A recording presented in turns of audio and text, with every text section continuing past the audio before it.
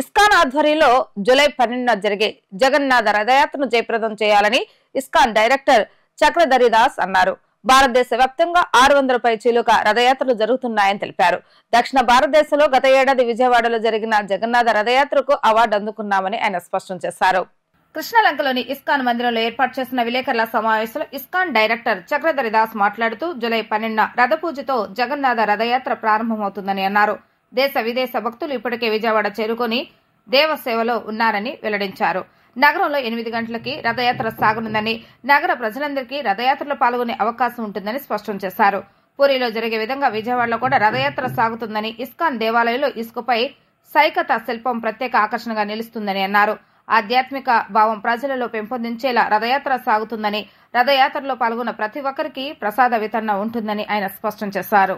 సామాజిక ఉద్దేశాన్ని కూడా సామాజిక సపోర్ట్ చేసే ఉద్దేశంతో కాస్ట్తో మేము ఈసారి థీమ్ రథయాత్రకి ప్రతి ఏటా ఒక థీమ్గా వెళ్తాం. ఈసారి Jagannath call for against addiction, uniting against addiction అనే ఒక ఉద్దేశంతో మేము ముందుకు వెళ్తున్నాం.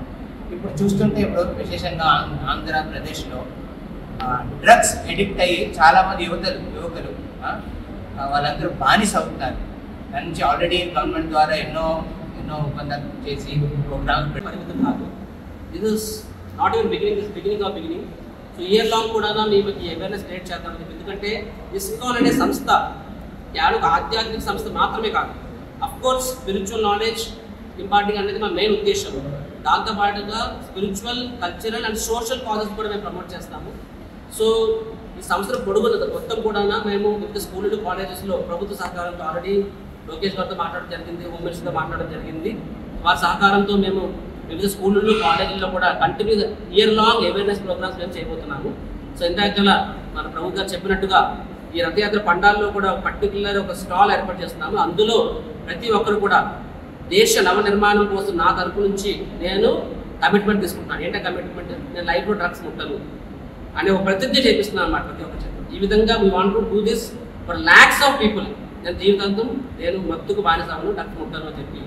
ఎందుకంటే we have done this in Bombay and Pune. మేము అక్కడ ఆల్రెడీ చేస్తున్నాము. అక్కడ లక్షల మందికి మేము అలాగ కమిట్మెంట్ తీసుకున్నాము. సో జనాలు దే వాల్యూ ద ప్లెడ్జెస్. ఈ విధంగా బై ఈ అవేర్నెస్ క్రియేట్ చేయడం ద్వారా, అవేర్నెస్ క్రియేట్ అంటే రథయాత్ర అనే ఒక అద్భుతమైన ఈ యొక్క ఆధ్యాత్మిక కార్యక్రమాన్ని ఒక సామాజిక బాధ్యత కూడా దానికి జత కలిపి ఈసారి రథయాత్ర మేము ప్రమోట్ చేస్తున్నామండి. So you want to especially touch lakhs of youth and take pledges from them.